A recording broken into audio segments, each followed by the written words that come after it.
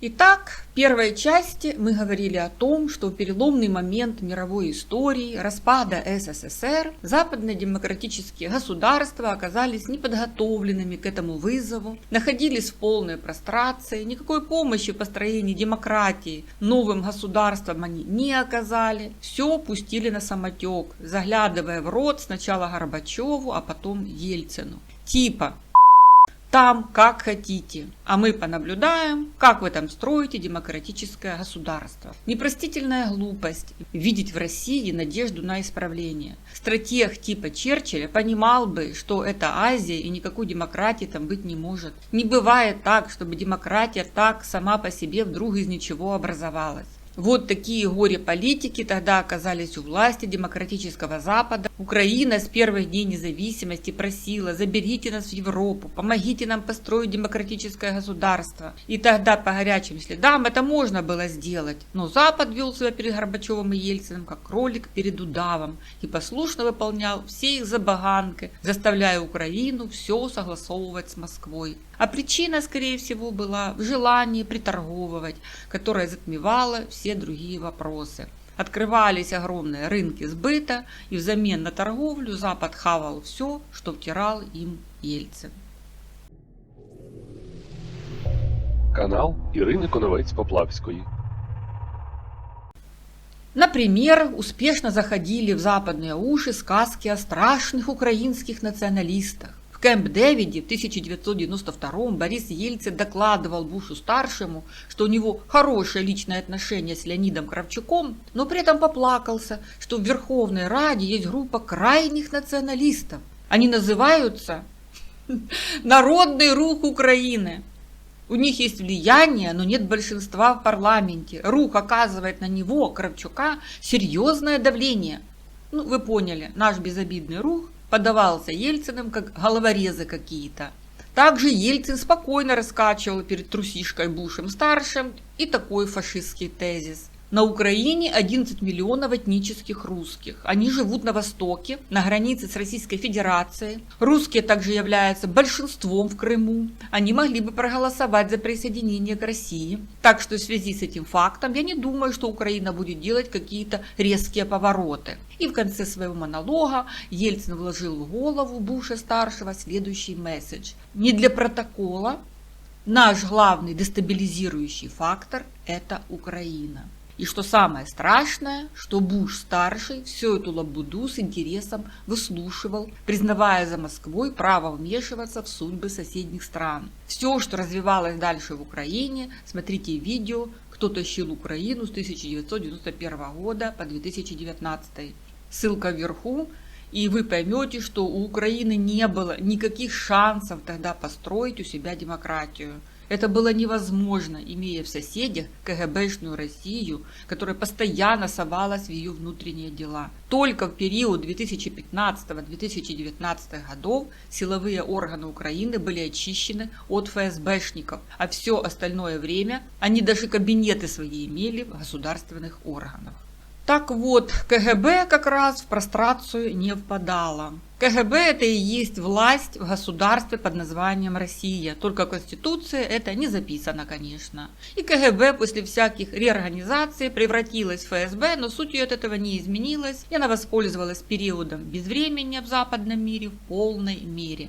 Лидеры демократического Запада находились в это время в размягшем состоянии. Они уверились, что от России теперь нет никакой угрозы. Они устали от холодной войны и радостно объявили всему миру, что вся угроза земному шару идет от Афганистана и Ирака. Они сосредоточились на Ближнем Востоке, представляя этот регион как угрозу всему человечеству, лишь бы не заниматься Россией, лишь бы не намекнуть товарищу Ельцину, что какая-то кривая у него там демократия получается. Война в Персидском заливе, вы только посмотрите на эту коалицию. Весь мир собрался наказать страшного-престрашного злодея Саддама Хусейна, который ай-яй-яй вторгся в Кувейт. США задействовало 450 тысяч военных. У нас даже есть видео на эту тему, как резво мир расправился с угрозой всему миру Саддамом Хусейном. А мы теперь в цифрах понимаем, сколько это. На нас сейчас прет армия в 500 тысяч варваров с востока. И тогда сухопутная операция с Ираком длилась всего 4 дня. Вот такой мировой злодей, с которым за 4 дня можно расправиться. Это все прекрасно, но при этом западный мир предал европейские страны, Украину и Белоруссию. Он быстренько согласился и с Ельциным, а потом и с Путиным, что Белоруссия и Украина – это зона их интересов, и они туда не суются и не совались. Во-первых, за право приторговывать, а во-вторых, потому что им так было удобно иметь такую вот буферную зону. Ведь граничить с Россией все-таки страшновато, хоть Россия и вдупляла всем, что демократичнее ее только Норвегия со Швецией. Я даже помню все эти лозунги: мы же одинаковые, американцы, точно такие, как и русские, мы так похожи. Как могут быть похожи свободные люди с постсовковыми? Об этом никто не задумывался. И вот стали эти буферные страны пытаться строить у себя демократии без поддержки своих демократических соседей с Запада. Страны, у которых не было в практике иметь царей и падишахов у власти, и которые очень хотели жить в свободной стране. Но КГБ не дремала, день ото дня эта организация укрепляла свои позиции. Она быстряком привела к власти свои старые кадры типа Кучмы, Шеварднадзе, Алиева. А вот с Шушкевичем не сложилось, и они присмотрелись к молодому и борзому комсомольцу Лукашенке. Я почитала его биографию, не такой он уже и колхозник, как его обычно представляют. Уши КГБ торчат из всех его щелей. Шел по комсомольской линии при СССР, пытался сделать карьеру, но потом стал предпринимателем и правдорубом при Горбачеве. 2 уголовных дела, но все сходило ему с рук. Лукашенко ничего не боялся и вел борьбу с оппонентами по всем правилам политического искусства. И где он только набрался этого искусства? Кто его научил этим правилам? В выборах 1994-го Лукашенко удачно подошел под образ человека из народа, народного президента.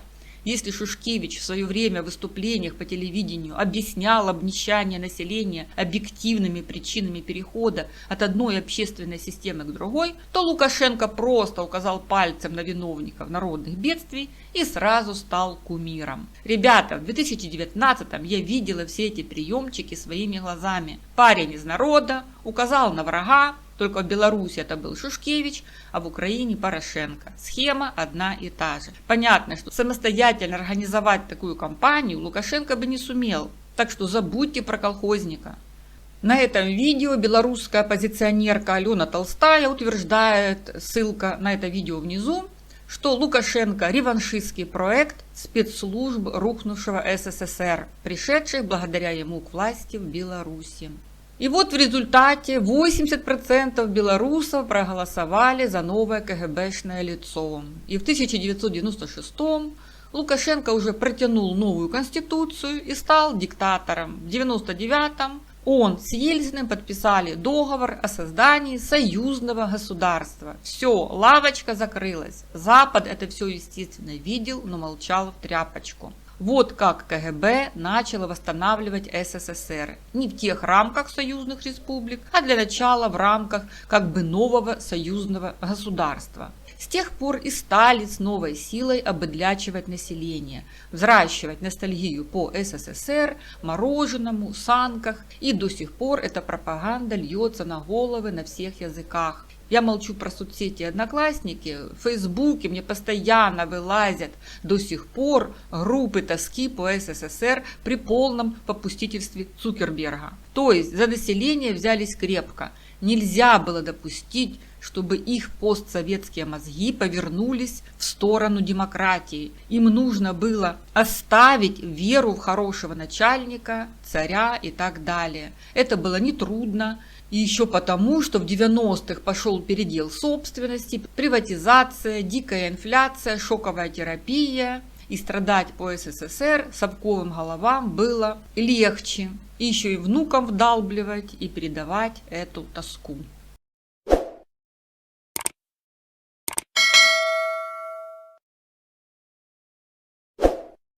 Вот так с Беларусью решился вопрос быстро. Оставалась Украина. Без Украины никак, потому что это месседж всему миру, что если и Украина с нами, Киев, мать городов русских и прочее, то вот вам новый СССР в полной красе. И Украина до 2000 года подавала надежды. Она послушно выбрала Кравчука, а не Черновола, потом красного директора Кучму, сдала Черноморский флот, делала все, что диктовал ей Запад, а Западу нашептывала ФСБ через Ельцина и других посредников. Но так просто, как в Беларуси, у них что-то не получалось. И вот трусишку Буша-старшего сменяет, Клинтон. Тому Ельцин надиктовал, что надо забрать у Украины ядерное оружие. Забрали. 2 июня 1996 Украина официально потеряла ядерный статус. В 1999 году 8 самолетов Ту-160 и 3 самолета Ту-95МС Украина обменяла за долг России за газ. В общем, ни за что. Затем были уничтожены еще 9 самолетов Ту-160 и 21 самолет Ту-95МС. Недавно этот чертов Клинтон покаялся публично. Ну как покаялся? Промямлил в интервью ирландскому телевидению, что он чувствует себя, как бы виноватым, потому что добился от Украины согласия отказаться от ядерного оружия. А они теперь считают, что Россия бы не напала на них, если бы у Украины было это оружие. Да лампочки, подкаблучник ты, Клинтон, твои сожаления. Ошибки надо не признавать. Их надо смывать кровью. Сейчас у нас лучшие украинцы гибнут за твои ошибочки. И когда пошел газовый шантаж России, Европа думала, что это ее никогда не коснется. Пусть шантажируют какую-то Украину, это же их зона интересов. Запад хорошо захватил пропагандистский крючок КГБ о том, что Украина кишит страшными националистами и настороженно к нам относилась. Что видел мир, что их буферная зона втягивается в союз с Россией. И пусть втягивается, думали они. К этому времени демократический Запад уже погрузился в кому. НАТО, формальная организация, военную силу не наращивали, а Россия за этим всем внимательно наблюдала и поддерживала эту сонливость укольчиками с коррупционными димедролом и другими своими методами. И вот 2000 год. Меняются президенты. К власти приходят Буш-младший и Путин. И вдруг даже Кучма выдает книгу «Украина не Россия». А Буш-младший продолжает тему своего папашки. И это уже не усталый пенсионер, а бодрый, деятельный сынуля-трезвенник. Вот эти трезвенники, к ним тоже надо относиться настороженно. Может, не так, как Черчилль бухать, но при таких нагрузках и 100 грамм как-нибудь вечерком не помеха. Буш-младший – это зашитый алкаш. Трамп никогда даже пива не пробовал. Видна тенденция. Так вот, этот Буш-сынок в июне 2001 года встретился с Путиным в Словении. Вот статья 2014 года под названием «Почему Путин держит наших президентов за дураков». Рон Фурнье, политический обозреватель, был на этой пресс-конференции, и именно он задал этот простой вопрос Бушу, видя с ужасом, что тот несет какую-то белиберду. Цитирую. В июне 2001-го Джордж Буш и Владимир Путин завершили свою первую личную встречу пресс-конференции на открытом воздухе под скалистой вершиной горы в Словении. «Это человек, которому американцы могут доверять?» – спросил я Буша, когда Путин пристально посмотрел на меня. «Да», – ответил Буш, прежде чем позволить Путину ответить на отдельный вопрос. Несколько минут спустя американский президент уточнил. «Я посмотрел этому человеку в глаза, я нашел его очень прямолинейным и заслуживающим доверия. У нас был очень хороший диалог. Я смог почувствовать его душу, человека, глубоко преданного своей стране и интересам своей страны», сказал Буш, добавив несколькими предложениями позже. «Я бы не пригласил его на свое ранчо, если бы не доверял ему». Пока Буш говорил, Путин пристально смотрел на меня. Взгляд настолько холодный и мрачный, что я задавался вопросом, были ли эти глаза для некоторых несчастных воинов холодной войны последним, что они видели. Конец цитаты. Вот вам доказательство того, что множество людей видели и сейчас видят, когда что-то идет не так, но безумный мир катится мимо тебя в пропасть и этого не замечает. Спойлер. Буш-младший просидел в Белом доме аж 2 срока, и это вместо того, чтобы гнать его в шею за его дружбу с главным террористом планеты. И вот в 2004-м разразилась оранжевая революция достоинства. Украина уже кричит всему миру, что да, мы буферная зона, населенная невылеченными совками, но мы не Беларусь. Мы не хотим быть под Путиным, мы хотим быть в Европе, потому что мы Европа, мать вашу. Заберите нас от этого маньяка России. А что Европа?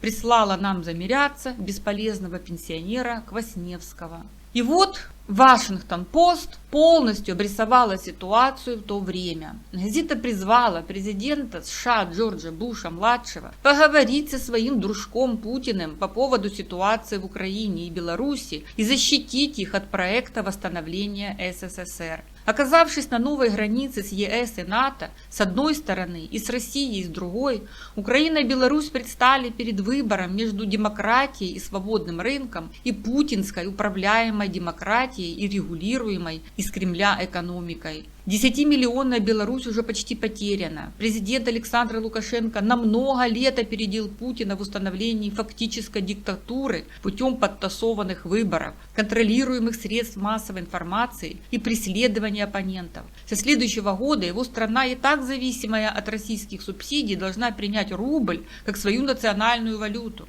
Это выбор больше, чем просто геополитический. Контролируемые государством средства массовой информации открыто поддерживают Януковича, против оппозиционного кандидата применяют грязные приемы, а западные обозреватели считают, что правительство при поддержке Путина попытается сфальсифицировать выборы. Конец цитаты.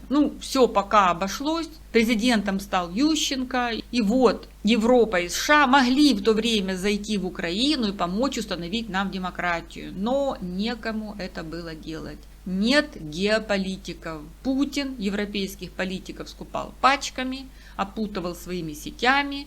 И опять о метущейся буферной зоне Запад забыл. Благо она есть, пусть там строить непонятно что, этот туманный невылеченный совок. А то вдруг там к власти придут эти ужасные националисты. Нас же ведь предупреждал еще товарищ Ельцин, а товарищ Путин подтверждает про Бандеру ихнего. С рухом товарищ Путин уже расправился, кто знает. Канал Ірини Коновець-Поплавської. А Буш-младший продолжал дело папашки и решил отвлекать внимание от Путина такими ужасными-преужасными странами, как Ирак, Иран и Афганистан, которые вот-вот сметут землю с орбиты. И вот в этой статье журналист спрашивает, а что стало с войной с терроризмом, которую в 2001 объявил тогдашний президент США Джордж Буш-младший? Она еще продолжается? И если нет, то была ли она успешной или стала лишь тратой бюджетных средств? Потому что Буш-младший параллельно продолжал целоваться в засос с главным террористом Земли, чтобы показать всем, что плохой не Путин, а страшилка для мира Саддам Хусейн.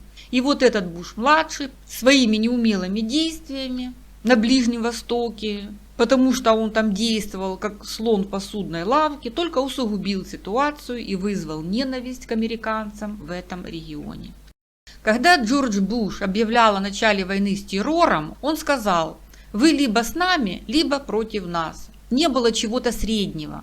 Он не стал делать скидку на тонкие нюансы Ближнего Востока, где все время перекраиваются союзы и коалиции. В Ираке после вторжения США и Британии в 2003-м бескомпромиссная позиция Вашингтона привела к тому, что вероятные союзники стали врагами. В итоге это привело к появлению международного движения джихадизма. Мина Араби, редактор газеты The National в Объединенных Арабских Эмиратах. Она родом из иракского Мосула, который серьезно пострадал из-за уличных боев с исламским государством. И вот она говорит, бывали случаи, когда США подводили Ирак. Конечно, яркие примеры этому 2003 год, когда было решено распустить полицию и армию. Из-за этого без работы остались десятки, если не сотни тысяч. Они посчитали, что больше не нужны в стране. В итоге они стали ядром Аль-Каиды в Ираке, а затем и ядром исламского государства.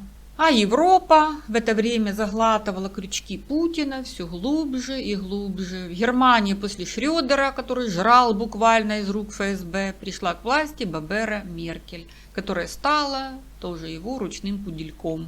И вот саммит НАТО в Бухаресте 2008. На повестке дня вопросы о признании Косово, военные действия в Афганистане, расширение альянса, присоединение к нему Хорватии, Албании, Македонии, а также вопрос ПДЧ Украины и Грузии.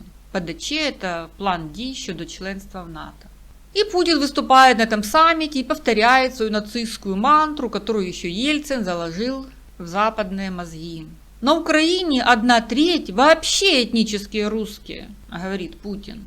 Есть регионы, где целиком только русское население проживает, скажем, в Крыму. 90% это русские. Украина вообще сложное очень государство. Украина в том виде, в котором она сегодня существует, она была создана в советское время. Бла-бла-бла. Это сложное государственное образование, и если еще внести туда натовскую проблематику, другие проблемы, это вообще может поставить на грань существования самой государственности. Там сложные внутриполитические проблемы происходят. Я хочу, чтобы все мы, когда решаем вопросы подобного рода, понимали, что и у нас тоже там есть свои интересы. 17 миллионов русских на Украине живет. Кто нам может сказать, что у нас там нет никаких интересов? Юг Украины полностью, там только одни русские. Это 2008 год, напоминаю. Прямо в лицо НАТО Путин смотрит и все это балаболит. НАТО. А в августе он будет бомбить Грузию. И когда Ющенко все это выслушал и понял, что никто им давать ПДЧ не собирается, он обратился к Бушу-младшему, типа, что происходит? Но Буш перевел стрелку на Баберу Меркель и Николя Саркози, типа, вы же Европа, вы тут решаете между собой. Саркози, видя такое дело, сбежал в туалет. Ющенко пошел к Бабере Меркель и спрашивает ее, что это было? Мы выполнили все условия, к нам нет претензий ни по линии Минобороны, ни по линии МИДа, ни по блокам. Так почему мы видим такую резолюцию, которая делает невозможным ПДЧ? Но Бабера Меркель позычила очи в сірка и стала гнать в какую-то пургу, что украинский народ сам не хочет в НАТО. А вы говорите Гаага. Не будет Гааги, потому что там вся эта теплая компания должна рядом с Путиным сидеть на скамейке, а кто же это допустит?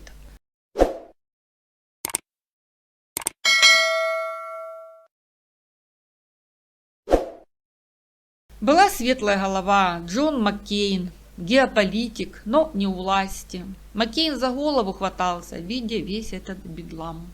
Еще в 2003 году, когда он созерцал все эти обнимашки с главным террористом Земли, он предупреждал соотечественников, что американская внешняя политика должна быть трезвой.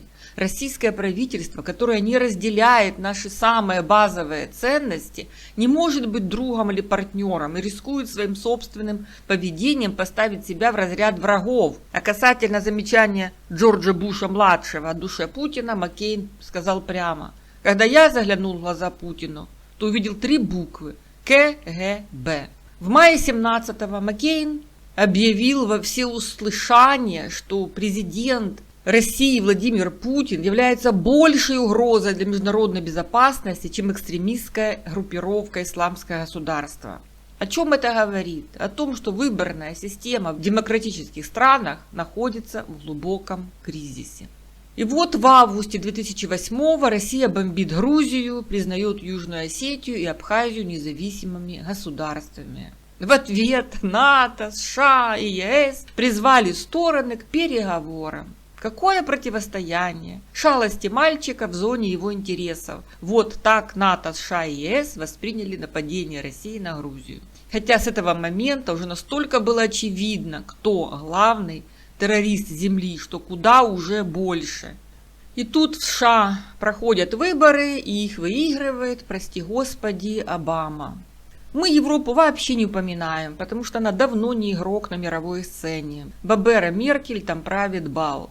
Европа вовсю готовится строить Северный поток, получаются разрешения, лицензии и так далее. Швеция, Дания, Финляндия все согласны. Прибалты и Польша против. Но кто их слушал? Качинского призвали под трибунал отправить за то, что он объявил себя врагом Северного потока. А что ж, прости господи, Обама? А он объявляет перезагрузку отношений с главным террористом планеты. В 2009 году госсекретарь США Клинтонша в Женеве встречается с печальной лошадью, где преподносит ей символическую кнопку перезагрузки. И, прости господи, Обама, как и Буш-младший, продолжил отвлекать мир Ближним Востоком, откуда типа шла главная угроза планете, и возжелал видеть именно Путина союзником в решении ближневосточных проблем. Клинтонша заявила тогда: перед Россией и США стоят глобальные вызовы, есть люди, которые зависят от нашей совместной работы, а Москва и Вашингтон должны продолжать двигаться вперед, бороться с угрозами ядерного терроризма. Ой, боже, как всегда было много здравомыслящих людей, которые почему-то не попадают в руководители страны. Например, кандидат в президенты Хансман был в шоке от этой идиотской перезагрузки. Это потемкинские деревни, говорил он, когда мы делаем вид, что Кремль в большей степени наш партнер, чем на самом деле, что в России больше демократии, чем на самом деле, что права человека там соблюдаются больше, чем на самом деле, и что своим соседям эта страна угрожает меньше, чем на самом деле. Золотые слова. И, прости господи, Обама принял участие в отвратительной сцене убийства в прямом эфире Бин Ладена. Я не спец по Ближнему Востоку и не хочу туда даже соваться, но помню, что это именно Буш-младший заварил всю эту кашу, что это его провальная политика привела к джихаду против США. И вот лауреат Нобелевской премии, а не сталинской, мира, а не войны, сидит перед монитором и то ли играет в компьютерную стрелялку, то ли в режиме онлайн отслеживает, как спецназовцы-морпехи убивают человека, похожего на Бин Ладена, то ли сам нажимает на гашетку на компьютерном джойстике. Отвратительная сцена. И вот 2014 год. Путин оттяпывает Крым, а, прости господи, Обама прислал Украине в помощь одеяло вместо оружия. А Нуланд привезла печеньки на Майдан. Выглядела эта дама растерянно. Все восхищаются этими печеньками. Я считаю их позором США. Если пленки разговора Нуланд с Пайетом настоящие, а похожи на это, то опять-таки американцы в очередной раз возмущаются, почему они должны тут в Украине что-то регулировать, пусть ЕС этим занимается, а мы с товарищем Путиным Ближним Востоком занимаемся, нам нельзя с ним ссориться. И вот мое собственное наблюдение, что страх – это двигатель прогресса. Украина выстояла в 2015-м только потому, что перепуганные постсовки выбрали Порошенко. Перепуганное – ключевое слово. И Порошенко стал тем геополитиком, которого так не хватало на мировой сцене. И ему удалось остановить продвижение Путина Минскими соглашениями. Это фантастика. Нам нужна была передышка, чтобы построить ВСУ фактически с нуля. И хотя у геостратега Порошенко очень мало было рычагов, чтобы вступить в равный бой с Путиным, он начал строить армию, поднимать экономику, сближаться с Европой. Это был уже не слабый во всех отношениях Ющенко. Порошенко не просил, а требовал, и стучал в высоких кабинетах по столу и пытался вразумить западные головы, что они там вообще берега потеряли. И вот опять появилось окно у Европы и США, чтобы дать настоящую поддержку Украине, чтобы принять нас в Евросоюз, даже в НАТО, чтобы понять, наконец, кто такой этот ваш дружок Путин. Но тут приходит к власти в США Дональд Трамп. Я пересмотрела несколько документальных фильмов американских, и там говорят, что сами американцы были потрясены, как так случилось, что Россия вмешалась в святое святых, в выборную систему США. И о вдохновленном Путине, который вел себя как плохой мальчик, и ему страшно, эта роль нравилась, делать больно слабому Западу. Путин получал наслаждение, когда создавал демократическому миру проблемы, прямо сказал кто-то из американских экспертов. И об Украине в очередной раз все с облегчением забыли. Какая Украина? Буферная зона. Смешно слышать мнение, что она защищает Европу от плохиша Путина. Наоборот, что она вечно ссорится с Россией? Так это выглядело в глазах не только европейского обывателя, но и украинского тоже, которые поглощали рашистскую пропаганду на всех языках, что лилась на их головы с разных телеканалов и фейсбуков. Мир, дружба, жвачка. Давайте не злить Путина. Это только этот проклятый Порошенко почему-то ненавидит нашего милашку-соседа. Апогей: Меркель начинает строительство Северного потока, от чего даже Трампа клемануло. Даже Трампа. Есть видео, как он приехал в 2018 году в Германию и распатронил немцев из Столтенберга. Трамп прямо спросил, почему США тратит на оборону 4% огромного ВВП, а Германия только 1%. И вместо того, чтобы укреплять оборону своей страны, Германия готова платить России миллиарды за газ. Как так случилось, что Германия находится под полным контролем России? Столтенберг ничего внятного не мог возразить. Что-то там лепечет, что надо объединяться, но Трамп не дает ему спрыгнуть с темы и говорит, что обычная торговля не имеет ничего общего с энергетической зависимостью. И тут случился 2019 год. США не поддержали Порошенко на выборах, и случилось то, что случилось. Повторяться не буду, есть видео, 75% украинцев, еще не вылечившихся от совка, хакнули во второй раз. Миллиарды долларов кинули, применяли всякие грязные технологии и методы, нарушений было бесчисленное множество, но западный мир признал выборы демократическими, проигнорировав, откуда миллиарды на предвыборную кампанию у 95-го квартала и все остальные нарушения, включая миллионы ботов. А почему Запад не поддержал Порошенко? Потому что он был слишком активный, настраивал их против их дружбанчика, главного террориста Земли. Они надеялись, что 95-й квартал договорится с Путиным посередине Украины, а Европа продолжит спокойно строить Северный поток. И на 3 года Украину опять забыли, что тут творилось, а все шло к тому, что создавалась диктатура, по примеру белорусской. На Конституции 95-й квартал плясал Камаринскую. Канал Ірини Коновець-Поплавської. Так что подводим итоги. Думаю, мы теперь поняли, почему нам должны помогать сейчас западные страны изо всех сил. Запад должен нам рассветы и закаты. Запад своими руками вырастил главного террориста земного шара. Вечные терки, чья зона ответственности Украина и Белоруссия между США и Европой, оказались непродуктивными. Перекладывание ответственности. Если бы Запад не ловился на ФСБшные крючки, а вел себя по отношению к России как Рейган, этого всего бы не было. А Украина сейчас представляет собой условного человека, у которого одна нога в гипсе, на другой гиря, на голове повязка красная от крови. Этот человек пережил ранение, контузии, инсульт. Но он отбивается от этого азиатского террориста из последних сил, а соседи слева медленно приходят в себя от шока. Они боязливо подносят этому раненому человеку боеприпасы, не всегда вовремя, жалуясь, что им самим не хватает. Но эти соседи, они наши союзники, и слава богу, что они у нас есть. Запад оговтуется, но если он не пересмотрит свои выборные системы, то это его не последний бой с террористами.